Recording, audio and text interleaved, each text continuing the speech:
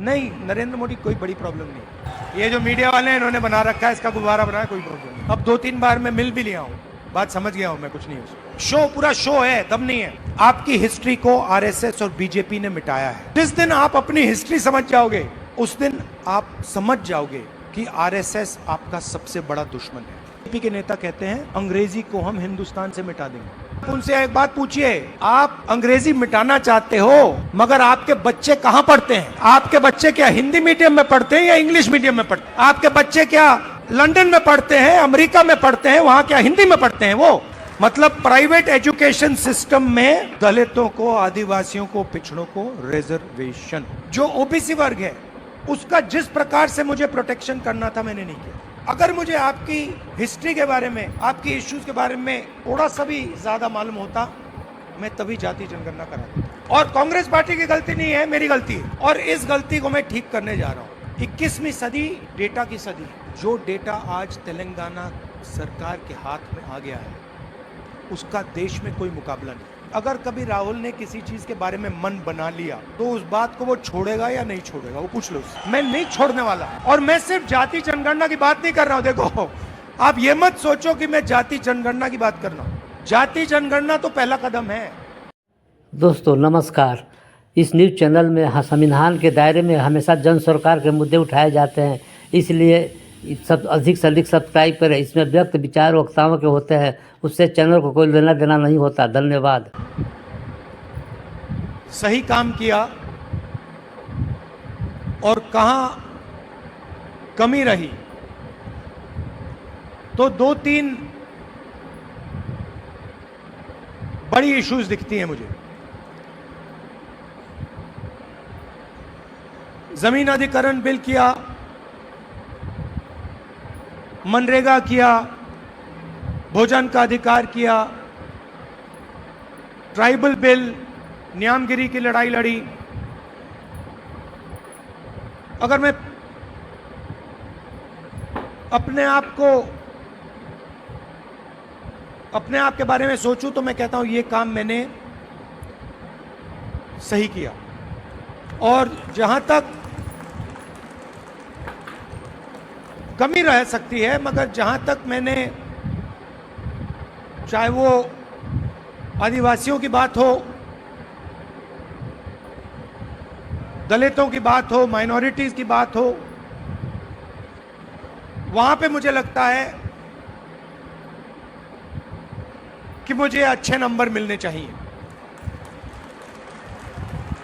महिलाओं की इश्यूज पर मुझे सही नंबर मिलने चाहिए।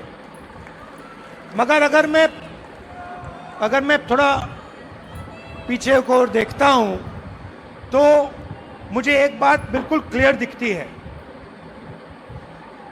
कि एक चीज में मेरी कमी रही थी। भैया बोलने दो, ब्रदर बोलने दो, आप बाद में बोलना। तो एक चीज में कांग्रेस पार्टी में और मेरे अंदर भी एक चीज मैंने मिस कर दी, एक गलती मैंने की। क्या थी? जो ओबीसी वर्ग है उसका जिस प्रकार से मुझे प्रोटेक्शन करना था मैंने नहीं किया।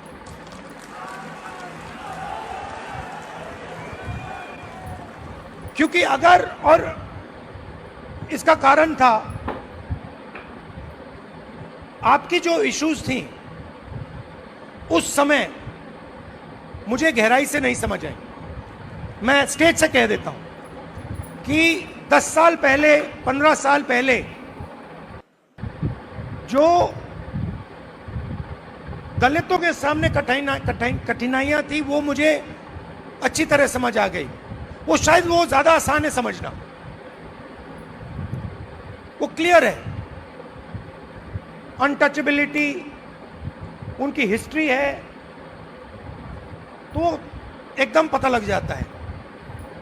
आदिवासियों की भी इश्यूज आसानी से समझ आ जाती हैं। आप उनके इलाके में जाइए, जंगल, जल, जमीन बिल्कुल सामने दिखता है। मगर ओबीसी की जो इश्यूज हैं, जो मुश्किलें हैं, वो छुपी रहती हैं, आसानी से नहीं दिखती। मेरी रिग्रेट क्या है कि अगर मुझे आपकी हिस्ट्री के बारे में, आपकी इश्यूज के बारे में थोड़ा सा भी ज्यादा मालूम होता, मैं तभी जाति जनगणना करा देता।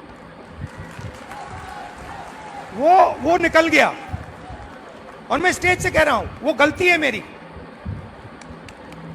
और कांग्रेस पार्टी की गलती नहीं है, मेरी गलती है, और इस गलती को मैं ठीक करने जा रहा हूं। और एक प्रकार से अच्छा हुआ है। मैं सोच रहा था कि ठीक है भाई, गलती हो गई, तो अच्छा क्या है मैं आपको बताऊं कि अगर उस समय जाति जनगणना करवा दिया होता तो जैसा मैं अब जाति जनगणना कराऊंगा वैसा नहीं होता। क्योंकि जो हमने तेलंगाना में किया है, आपको वो पॉलिटिकल अर्थक्वेक है, वो हिंदुस्तान की राजनीतिक जमीन को उसने हिला दिया है। अभी आपको उसका जो आफ्टर शॉक है वो अभी आपको लगा नहीं है, मगर वो काम हो गया है। जैसे सुनामी आई थी ना, मगर जो सुनामी, जिस अर्थक्वेक ने सुनामी बनाई, वो तो आपने देखा भी नहीं, वो समुद्र के नीचे था, है ना। मैंने थोड़ा स्टडी किया, पता लगा कि जब सुनामी आई थी 1000 किलोमीटर लंबी, मतलब क्रैक जमीन में आया था, किसी ने नहीं देखा। उसके बाद में 2-3 घंटे बाद उसका असर दिखा। वही हुआ है तेलंगाना में। मैं आपको बता रहा हूं, 21वीं सदी डेटा की सदी है। मोदी जी कहते हैं data data data, DDD, 4D, 5D, 3D, ऐसे बोलते रहते हैं, सुना ना आपने। 50-60 साल पहले अगर आप पूछते पावर कहां से आती है, लोग आपको कहते पावर तेल से आती है, ब्लैक गोल्ड कहते थे उसको। जिस देश के पास तेल है उसके पास पावर है, वो पूरी दुनिया को कंट्रोल कर सकता है। अगर वही सवाल आज आप पूछें तो ब्लैक गोल्ड नहीं है, आज का तेल डेटा है। और डेटा कंपनियों के पास होता है। आप रिलायंस के पास जाइए, अमेज़न के पास जाइए, वो आपको डेटा दिखा देंगे। किसी भी अस्पताल में चले जाइए, आपको वो डेटा दिखा देंगे। मगर जो डेटा आज तेलंगाना सरकार के हाथ में आ गया है, उसका देश में कोई मुकाबला नहीं। आज तेलंगाना में हम आपको बता सकते हैं, हम आपको 1 मिनट के अंदर बता सकते हैं कि तेलंगाना की सारी कॉर्पोरेट्स में, उनकी सारी मैनेजमेंट में कितने ओबीसी हैं, कितने दलित हैं, कितने आदिवासी हैं।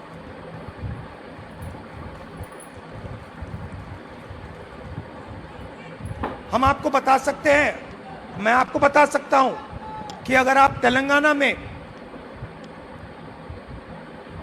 कॉर्पोरेट्स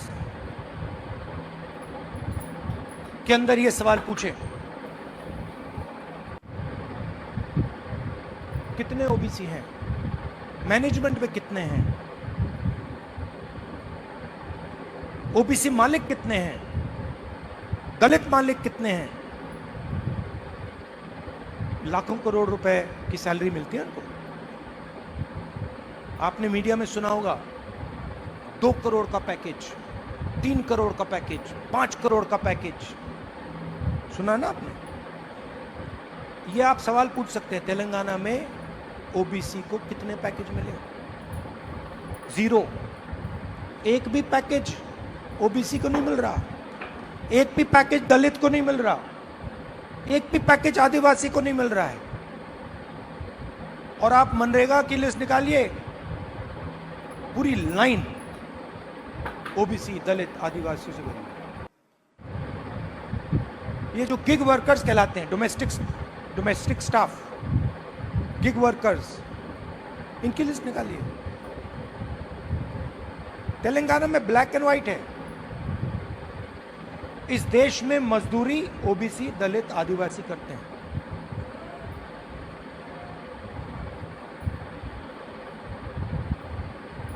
बघेल जी ने बहुत अच्छी बात बोली, उत्पादक शक्ति। मतलब देश को चलाता कौन है?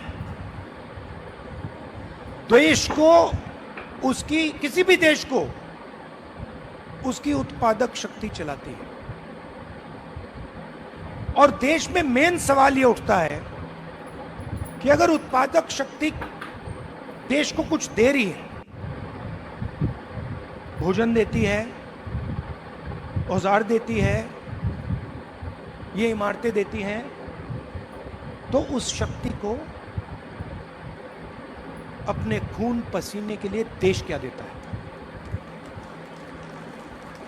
मतलब आप लोग देश को बनाते हो, इमारतें आप बनाते हो, सड़कें आप बनाते हो, स्कूल आप बनाते हो, कॉलेज आप बनाते हो, अस्पताल आप बनाते हो, टेंपल भी आप बनाते हो। मेरे लिए सबसे जरूरी सवाल है, अगर आप लोग देश को बनाते हो तो इस काम के लिए देश आपको क्या देता है? आपको क्या दे रहा है आज हिंदुस्तान? प्राइवेट स्कूल, जहां पे आपको लाखों रुपए देने पड़ते हैं। प्राइवेट स्कूल किसके? आपके नहीं, ओबीसी के नहीं, दलित के नहीं, आदिवासी के नहीं। आरक्षण लूटा नहीं, आरक्षण दिया नहीं जाता है।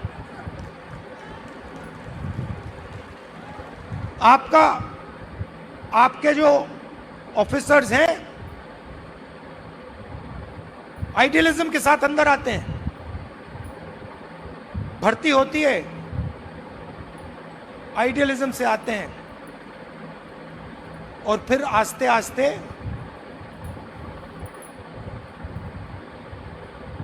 कट दिया जाता है। ACR, annual confidential report, OBC, Dalit, Adivasi अफसरों को हत्या करने का तरीका। रिजर्वेशन आपको दी गई है, मगर फाइनेंशियल मिनिस्ट्रीज को देखिए, डिफेंस मिनिस्ट्री, फाइनेंस मिनिस्ट्री, बड़ी बड़ी मिनिस्ट्रीज को देखिए, और वहां पे आप नेशनल लेवल, मैंने चेक किया, वहां पे मुझे ओबीसी, दलित, आदिवासी नाम बताओ। मैंने मजाक किया, बजट बना, मिठाई बांटी जा रही थी, याद है आपको? हलवा बांटा जा रहा था, 11 लोग थे वहां पे, 90% आप लोग हो, 50-55% ओबीसी, 15% दलित, 9% आदिवासी, कोई नहीं वहां पे। हलवा बट रहा है, वो खा भी रहे हैं। आप प्रोडक्टिव फोर्स देश की,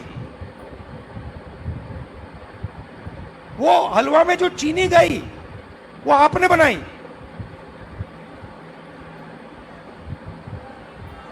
वो सब आप कर रहे हो, हलवा आप बना रहे हो और खा वो रहे हैं। तो अब मैं ये नहीं कह रहा हूं कि उनको हलवा नहीं खाना चाहिए, उनको भी खाना चाहिए, मगर भैया आपको भी थोड़ा मिलना चाहिए ना।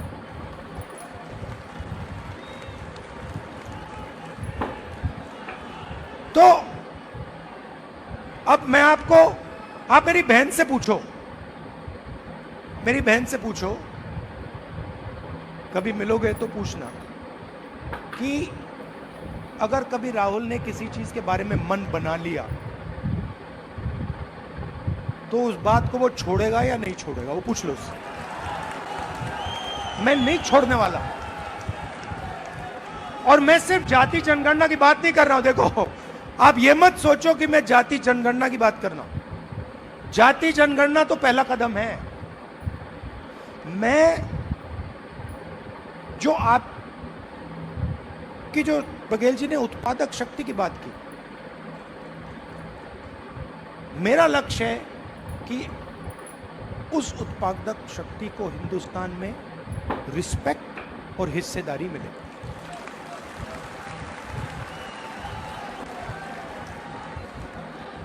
तो आपको लगना चाहिए, हिंदुस्तान के किसान को लगना चाहिए। आज आप हिंदुस्तान के किसान से पूछो, आपके बेटे के लिए क्या सपना है, आप क्या सोचते हो, आपका बेटा क्या करेगा, वो आपको कहेगा मजदूरी करेगा। और मैं चाहता हूं कि वो किसान कहे, नहीं, मेरा बेटा इस देश का सबसे बड़ा बिजनेसमैन बन सकता है, जो भी वो करना चाहता है वो कर सकता है। अब एक प्रॉब्लम है राजनीति में, सबसे बड़ी प्रॉब्लम पता है क्या होती है? क्या होती है? हाँ, नहीं, नरेंद्र मोदी कोई बड़ी प्रॉब्लम नहीं।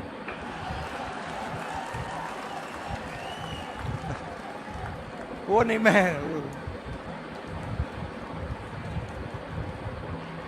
आपको बता रहा हूं, ये आपने अपने सिर पे चढ़ा रखा है, कोई प्रॉब्लम नहीं। ये जो मीडिया वाले हैं, इन्होंने बना रखा है, इसका गुब्बारा बनाया, कोई प्रॉब्लम नहीं।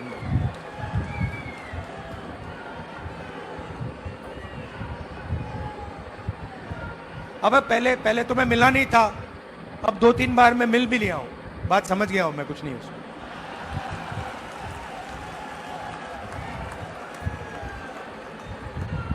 शो पूरा शो है, दम नहीं है, बता रहा हूं। आप लोग मिले नहीं हो, मैं मिला हूं, बैठा हूं कमरे में।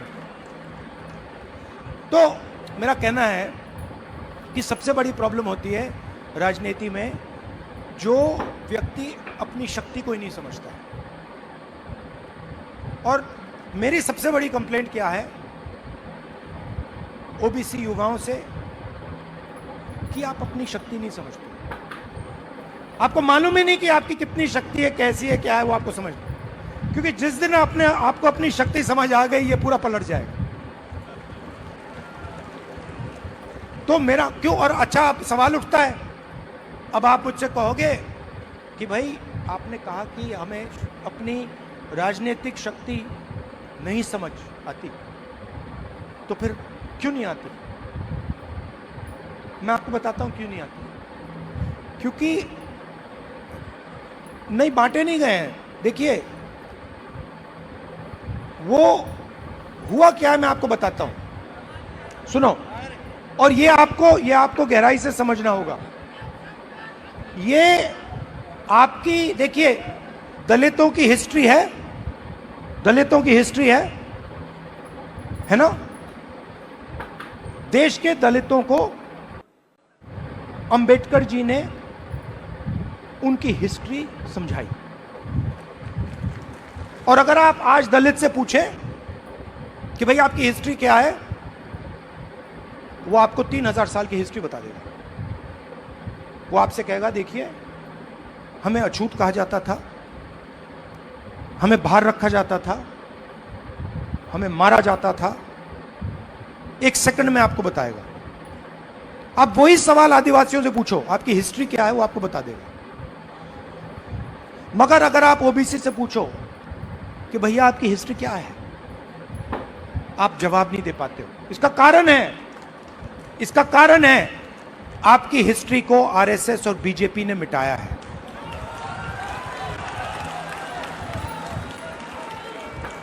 आपकी हिस्ट्री को जो देश की उत्पादक शक्ति की हिस्ट्री है,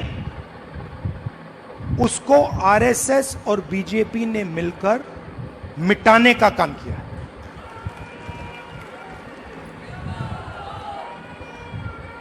आपको, आप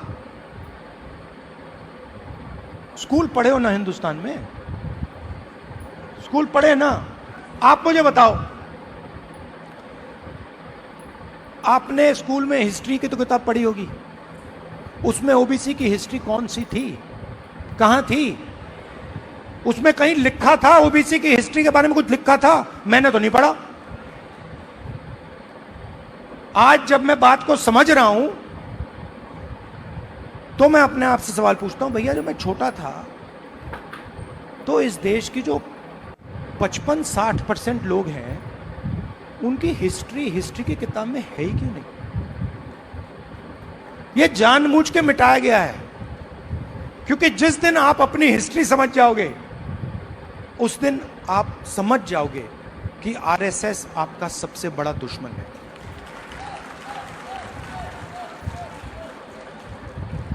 और आरएसएस ने ही आप पर आक्रमण किया है, और यह कोई नई बात नहीं है, यह हजारों साल से आक्रमण कर रहे हैं आप, मनुवादी वही। और यह हर लेवल पे होता है, हर लेवल पे होता है। ये एजुकेशन में होता है,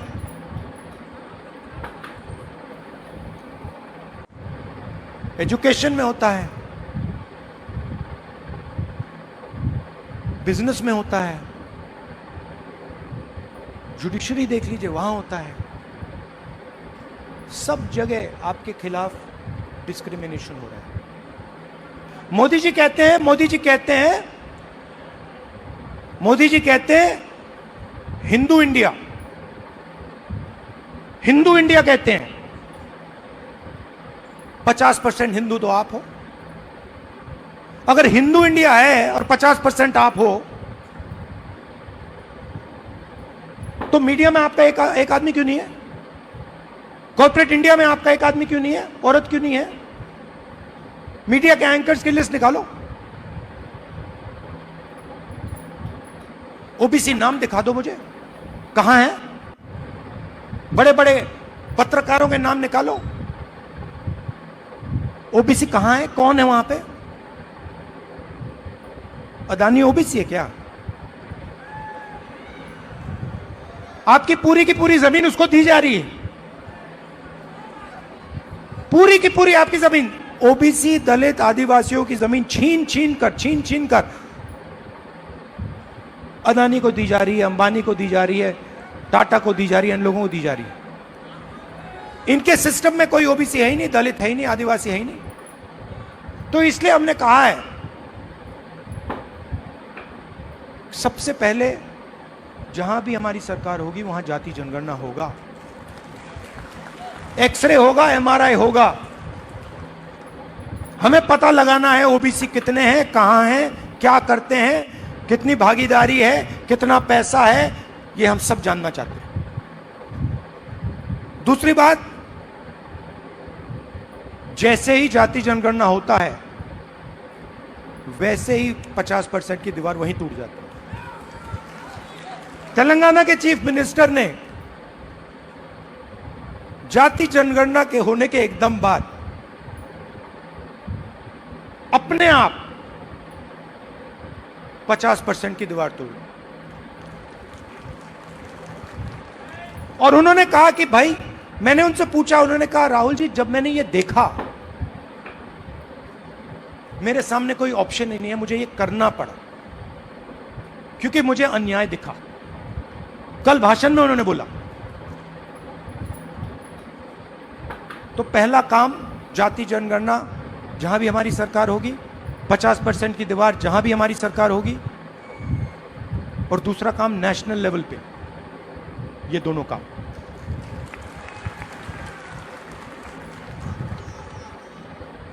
प्राइवेट एजुकेशन में तेलंगाना में बड़ी इंटरेस्टिंग बात आई। तेलंगाना में ये पता लगा कि अगर किसी व्यक्ति के पास शिक्षा है तो वो तेजी से आगे बढ़ता है। Education is critical to progress. और तेलंगाना में दूसरी बात पता लगी कि अगर आपके पास शिक्षा है और अगर आपके पास अंग्रेजी भी है तो डबल बैरल प्रोग्रेस होती है। बीजेपी के नेता कहते हैं अंग्रेजी को हम हिंदुस्तान से मिटा देंगे। नहीं, मगर आप उनसे एक बात पूछिए, आप अंग्रेजी मिटाना चाहते हो मगर आपके बच्चे कहां पढ़ते हैं? आपके बच्चे क्या हिंदी मीडियम में पढ़ते हैं या इंग्लिश मीडियम में पढ़ते हैं?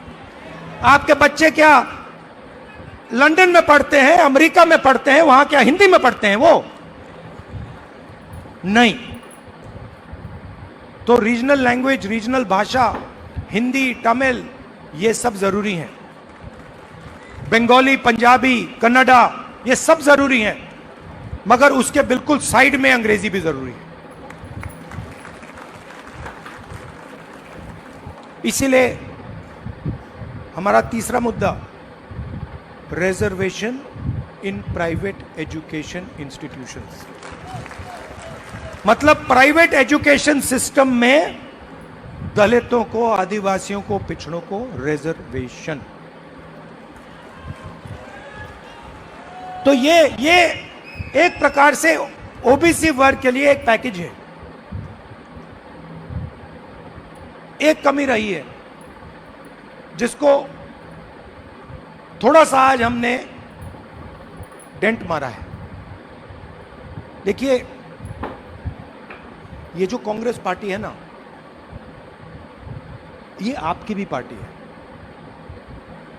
हमारी ही है, तो इसकी लगाम आपको पकड़नी पड़ेगी।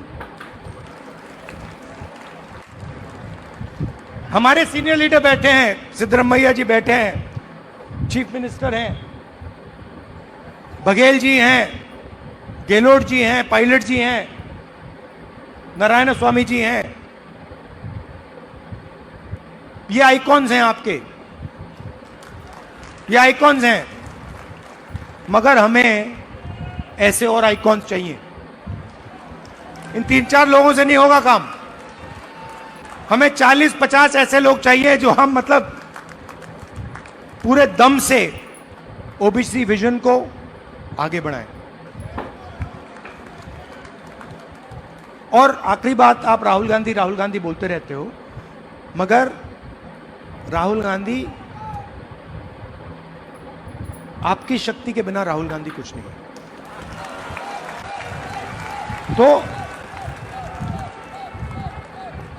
तो मेरा काम आपकी शक्ति को अलाइन करने का है। और देश के मैं ओबीसी वर्ग से, युवाओं से कहना चाहता हूं, जो मैंने शुरुआत में कहा, मैं अपनी साइड से कह सकता हूं, कांग्रेस पार्टी के साइड से नहीं कह सकता हूं। मैं अपने साइड से कहना चाहता हूं कि जिस प्रकार से मैंने ओबीसी वर्ग के लिए काम करना चाहिए था, पहले मैंने नहीं किया, अब मैं डबल स्पीड से वो काम करने जा रहा हूं। आप सबका बहुत बहुत धन्यवाद। नमस्कार।